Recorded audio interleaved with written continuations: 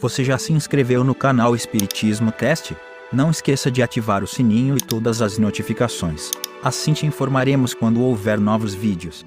E ajude a manter este trabalho voluntário, clicando em Seja Membro. Com isso você nos ajuda a produzir mais conteúdo sobre nossa rica doutrina, com a melhor qualidade técnica possível. E não se esqueça de clicar no like e compartilhar com seus amigos. Gratidão pela sua presença.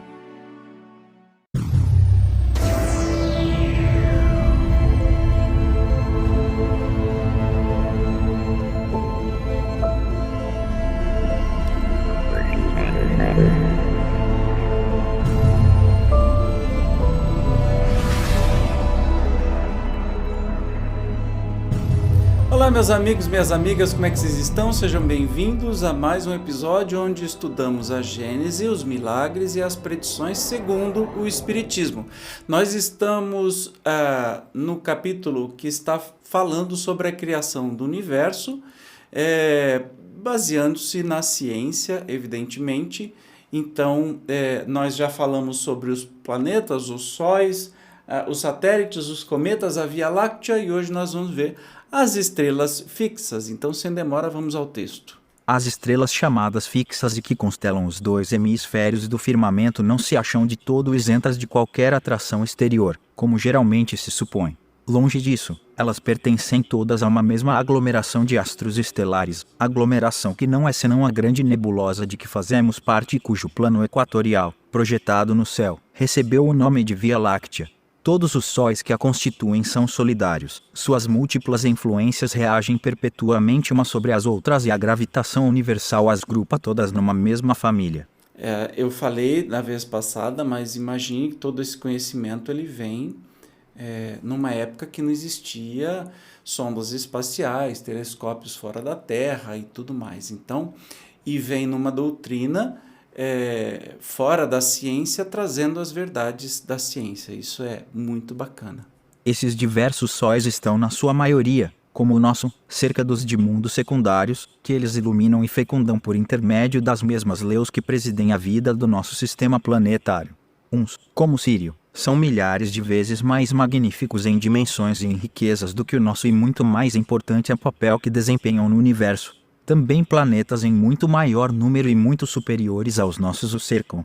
Outros são muito dissemelhantes pelas suas funções astrais. É assim que certo número desses sóis, verdadeiros gêmeos da ordem sideral, são acompanhados de seus irmãos da mesma idade, e formam, no espaço, sistemas binários, aos quais a natureza outorgou funções inteiramente diversas das que tocaram ao nosso Sol.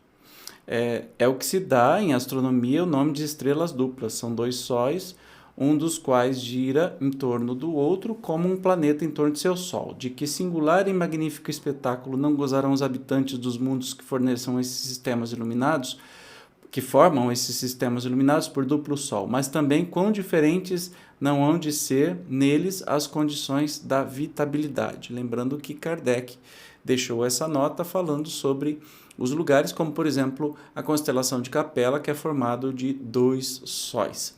Lá os anos não se medem pelos mesmos períodos, nem os dias pelos mesmos sóis, e esses mundos, iluminados por um duplo facho, foram dotados de condições de existência inimagináveis por parte dos que ainda não saíram deste pequenino mundo terrestre. Outros astros, sem cortejo, privados de planetas, receberam os melhores elementos de habitabilidade concedidos a alguns.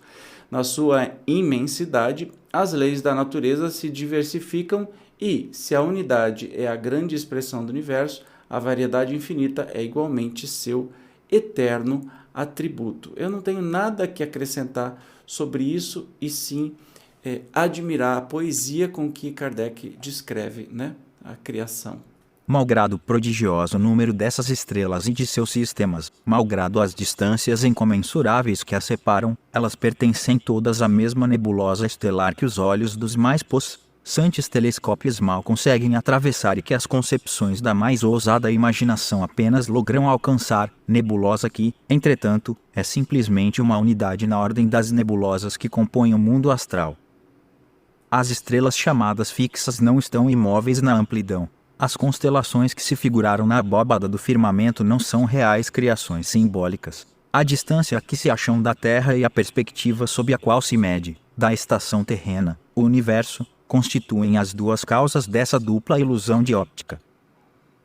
Vimos que a totalidade dos astros que cintilam na cúpula azulada se acha encerrada numa aglomeração cósmica, numa mesma nebulosa que chamais Via Láctea, mas, por pertencerem todos ao mesmo grupo, não se segue que esses astros não estejam animados todos de movimento de translação no espaço, cada um com o seu. Em parte nenhuma existe o repouso absoluto.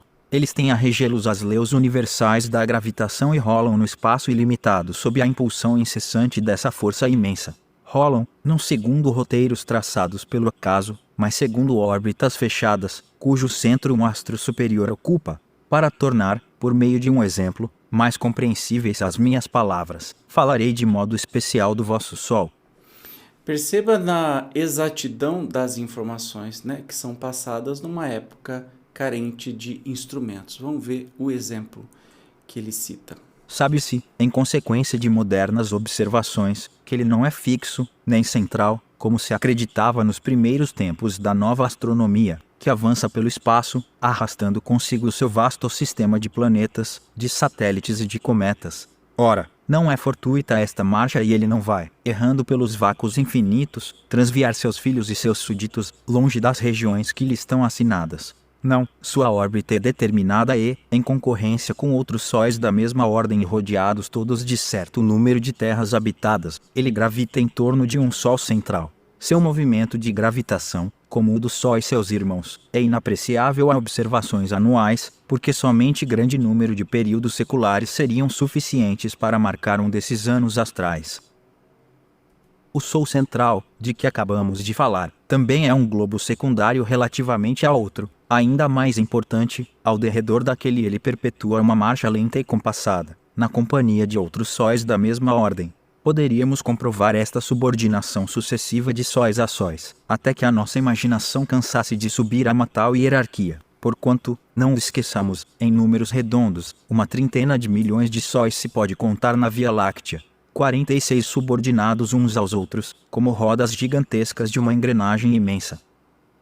E esses astros, em números incontáveis, vivem vida solidária. Assim como, na economia do vosso mundinho terrestre, nada se acha isolado, também nada está no universo incomensurável.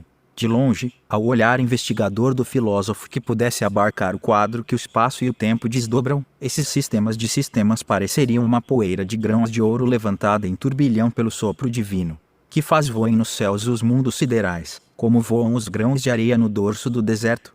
Em parte nenhuma há imobilidade, nem silêncio, nem noite. O grande espetáculo que então se nos desdobraria ante os olhos seria a criação real, imensa e cheia de vida etérea, que no seu imenso conjunto o olhar infinito do Criador abrange. Percebe a compreensão da grandiosidade? Ele encerra ainda. Mas até aqui temos falado de uma única nebulosa que, com os milhões de sóis e seus milhões de terras habitadas, forma apenas, como já o dissemos, uma ilha no arquipélago infinita. A linguagem poética que Kardec adota é incrível, linda, maravilhosa e nos dá a real situação aí de quem somos e onde estamos. Legal, né? No próximo episódio, nós veremos os desertos do espaço e vamos continuar nessa narrativa encantadora sobre a ciência que a doutrina espírita nos traz. Eu te espero. Até lá. Tchau.